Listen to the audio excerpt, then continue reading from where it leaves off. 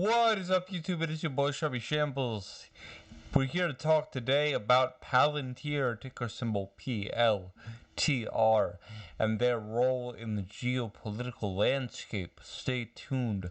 We have a good one for you today. So this is a really interesting moment geopolitically, and it all sort of spirals out from the Russia-Ukraine conflict.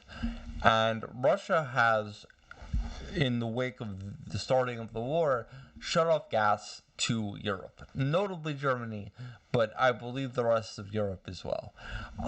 So we have no gas in Europe. Well, not no gas, but significantly reduced gas in Europe.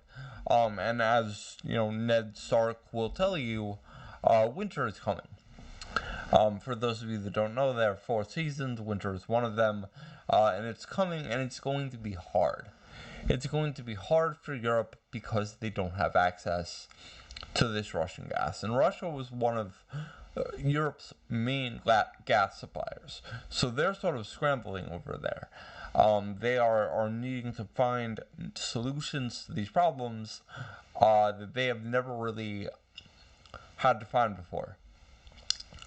Also true, while this is going on in Europe, Russia is blockaded on the Black Sea. A flotilla of ships have closed off the Russian ports on the Black Sea. And Russia has no other ports that they can use this time of year to get goods out of the country.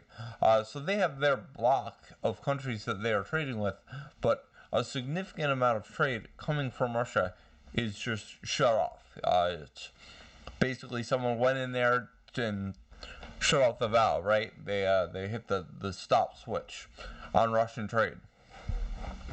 In addition to this, China is undergoing a bit of a moment as Xi Jinping attempts to consolidate power within the Communist Party, right? And they are undergoing a zero COVID lockdown policy. So their productive output is down, and their exports are also down, right? So this creates a very interesting dynamic. I shouldn't say interesting, it's a terrible dynamic, right? Millions and millions of people were reliant on trade out of Russia and trade out of China. And I'm not talking about, Apple is reliant on Foxconn to produce iPhones and make money. I'm talking about Russia and China were the world's leading producers of a certain type of fertilizer, without which millions and millions of people are going to starve, right? Because if you don't have fertilizer, you don't have food. Well, without fertilizer, you don't have farming, and without farming, you don't have food. So, this war between Russia and the Ukraine is really, really having severe knock-on effects around the globe. And it creates a situation where once any match goes off, and especially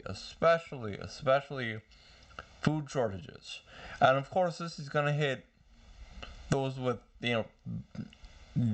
those who are already impoverished, those already in bad situations, much more than it's going to hit those of us who enjoy a better quality of life.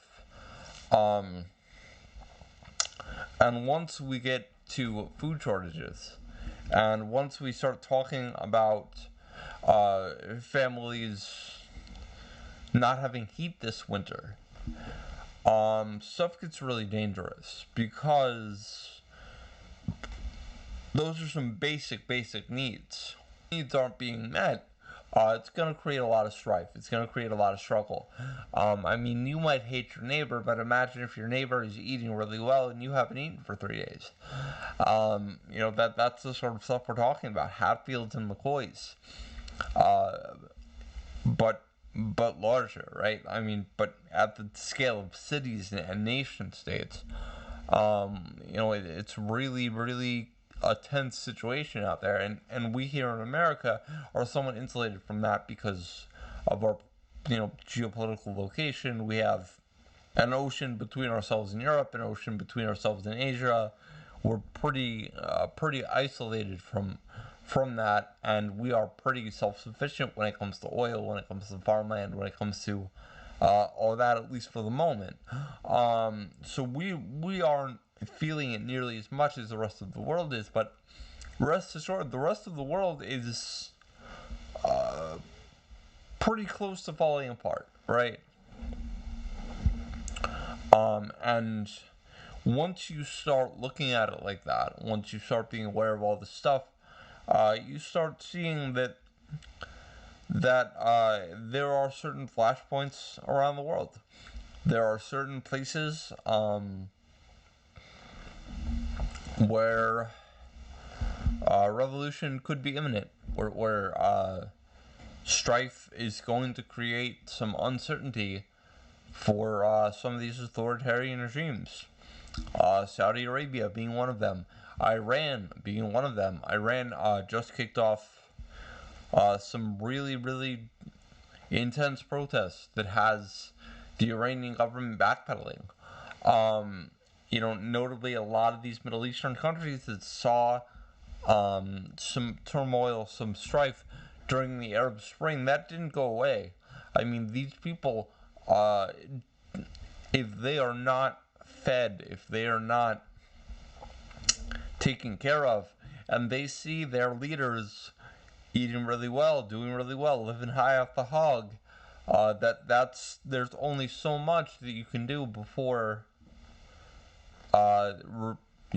people start thinking about regime change. And why do I mention this in a video that is about Palantir? We've gone 5-10 minutes at this point, and I haven't spoken about Palantir once.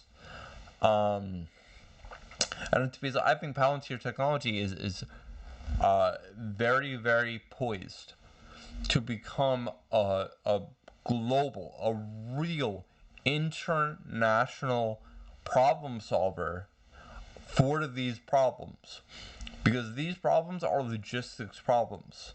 These problems are supply chain problems, right? And what Palantir does that no other technology on Earth does that I'm aware of is it leverages big data to really, really optimize supply chain issues, logistics issues, communications issues, right? Again, its home was the Department of Defense. That was where it was born. That was where it emerged from. That was where it developed its technology.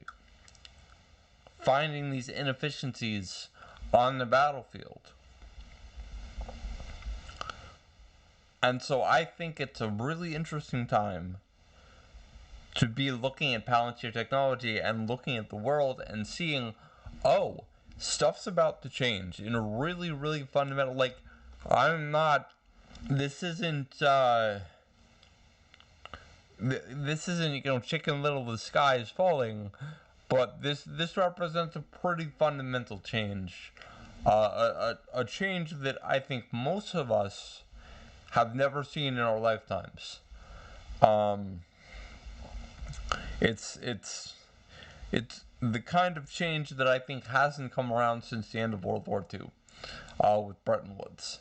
But I think Palantir is in a position, and I think they are the only ones in a position to start to work their way up and play on this global level and really, really step in and solve some of these problems and become a player, not just nationally, not just, I'm not talking about the stock price here, I'm not talking about earnings here, I'm not talking about any of that. I think Palantir has a chance to become one of the biggest companies in the world because it is the only company that stands a chance of solving these problems. It provides such unique software, and the software is so battle tested and so solid.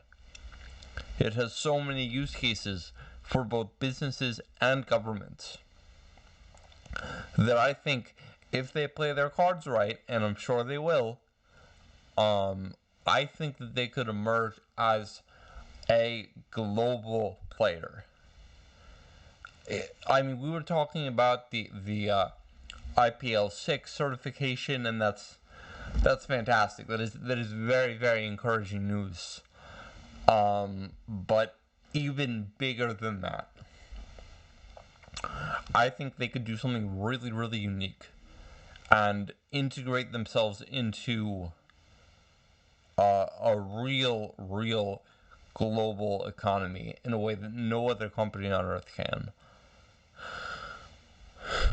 And it's an interesting time to be a Palantir shareholder, and it's an interesting time to be paying attention to the news. And my heart goes out to all of these people who are suffering and who are going to suffer this winter.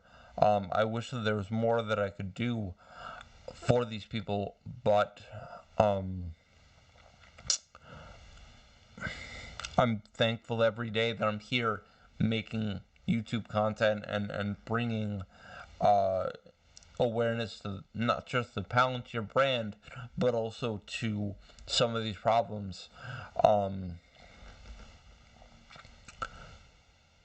And that's all I can do. But thank you for listening. I know this was kind of a sobering one. I know this wasn't my typical excitable stock talk where I'm talking about earnings and money and Wall Street and all this stuff. This was more sober and more maybe global in scope. But I thought it was a really important topic, and I wasn't hearing anyone else talking about it. So thank you guys for listening. Remember to like and subscribe, and I appreciate all of you for listening. Thank you so much. Take care.